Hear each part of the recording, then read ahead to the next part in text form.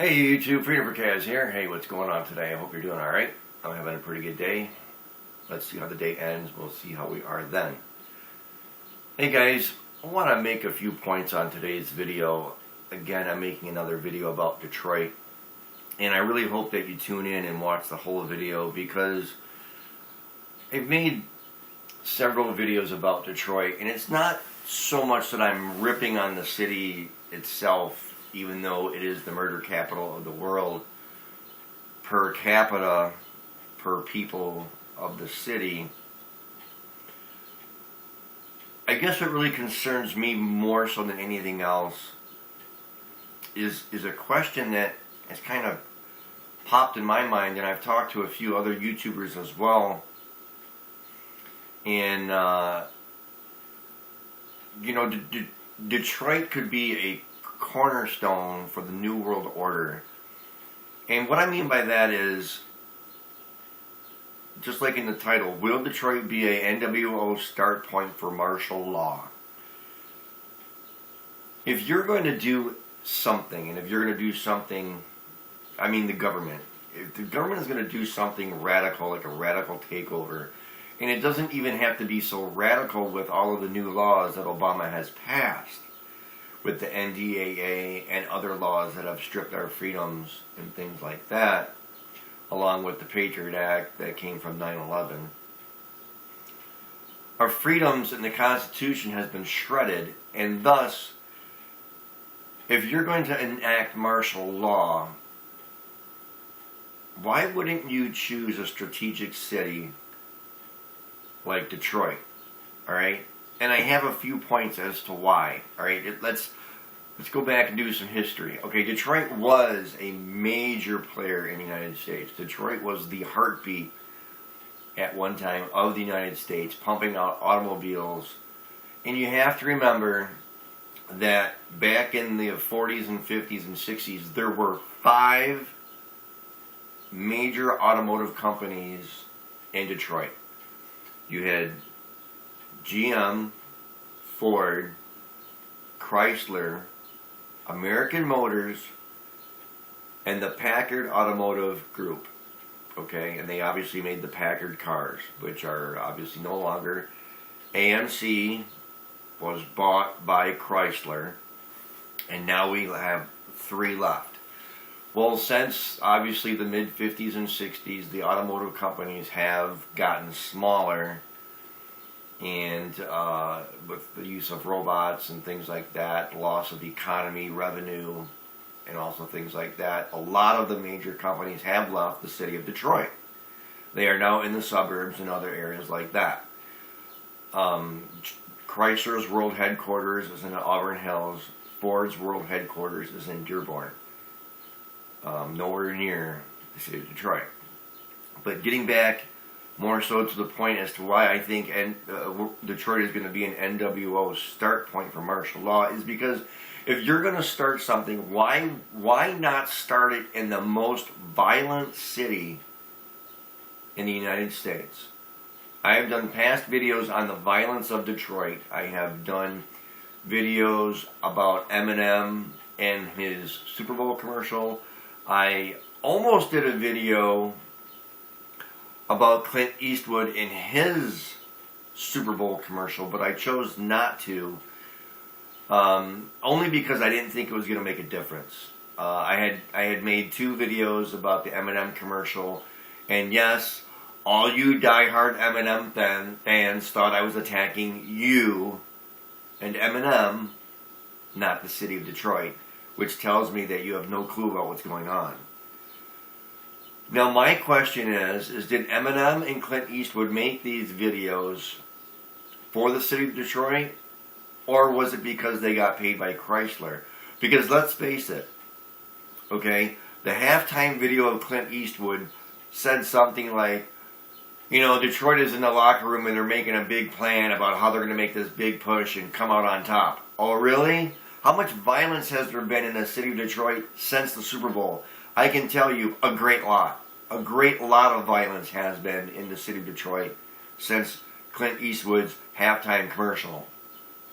So I just wonder if Clint Eastwood is thinking back, saying to himself, boy, I put my face on the spot of Detroit, and now Detroit is still crumbling at the seams. In fact, it's worse now than it's ever been.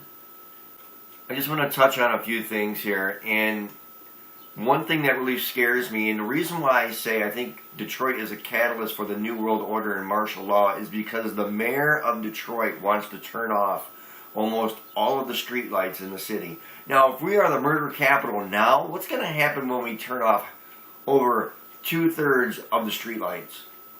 Okay? Right now, there are 88,000 streetlights in the city of Detroit. And only 40% of them, 40% of them are broken. Okay? Now, what Mayor Dave Bing wants to do is he wants to borrow $160 million to renovate some of these streetlights and remove some of the other ones that are no good. And he wants to reduce the amount of streetlights to 46,000 streetlights in the city of Detroit. So if we are the murder capital now, what's going to happen when we make the city darker at night? That is a no-brainer. But listen to this article. Okay? I was shocked when I read this, okay? And this came from Chris Brown, Detroit's chief operating officer. And it's the story goes like this. The title is "The Lights Go Out in Detroit." And he says, I quote, "You have to identify those neighborhoods where you want to concentrate your population. We're not going to light distressed areas like we light other areas." Okay? So what Detroit is saying here is, let me read it to you again. You have to identify those neighborhoods where you want to concentrate your population. Detroit has a plan to where they want to move people closer together. They want to shrink the city. They want to force these people to move from their house into a more rounded area, a more concentrated area, and have them reestablish their living. Okay? And then secondly, listen to what this says. We're not going to light distressed areas. That tells me that they're not going to light high crime areas. They're not going to light the areas where there's crack and cocaine and heroin and drug use. They're just going to let those areas go for right now. Alright? So you tell me, what does that scenario sound like? What does that sound like? You want to move the citizens closer together. Does that sound like New World Order? And here's a couple other things. Again, just to kind of throw some more logs onto the fire. Back, I think it was in February of this year, an 86-year-old man was carjacked at 10 o'clock in the morning. Okay? 10 o'clock in the morning, an 86-year-old World War II veteran was carjacked, 10 o'clock in the morning. One more thing I also want to add in this video is that Detroit has a food situation going on, okay? There aren't a lot of great food services that live and breed their business in the city of Detroit. Okay? There are no major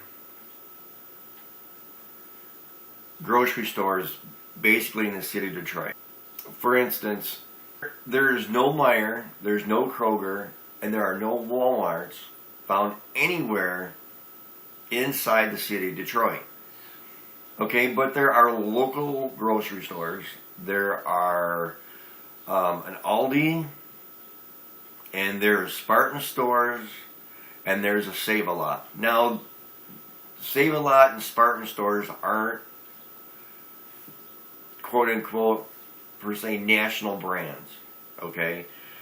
And what's really surprised me is the fact that Whole Foods has decided to open up in Detroit. Now that's kind of odd because I don't know what kind of people Whole Foods intends on attracting from the city of Detroit, because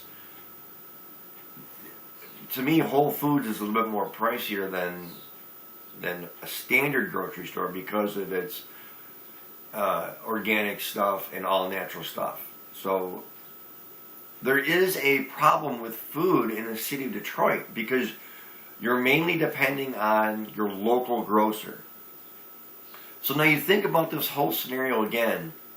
Is Detroit a catalyst for the New World Order? Now here's something else that I want to add. I did some research on location to other metro areas in relation to Detroit. From downtown area to downtown area, I measured on Google Earth. From Detroit to New York City, it's 480 miles. From Detroit to Pittsburgh, it's 205 miles. From Detroit to Cleveland, it's 90 miles. And here's what's really interesting. From Detroit to Cincinnati, it's 240 miles. From Detroit to Indianapolis, it's 240 miles. And from Detroit to Chicago, it's 240 miles, all from downtown area to downtown area. If you were to start martial law and you chose the four cities of Detroit, Cincinnati, Indianapolis, and Chicago, which are all 240 miles apart from each other, if you started in those four cities, essentially you're going to shut down the entire Midwest. Because everything that leads to New York goes through those cities. Everything that leads to Chicago from New York goes through those cities. If you look on any map, you'll see that the heart of the Midwest pretty much sits in all of these cities that I have listed in here outside of New York. You have Pittsburgh, Cleveland, Cincinnati, Indianapolis, and Chicago. And Detroit, Cincinnati, Indianapolis, and Chicago are all 240 miles apart from each other. That is very interesting.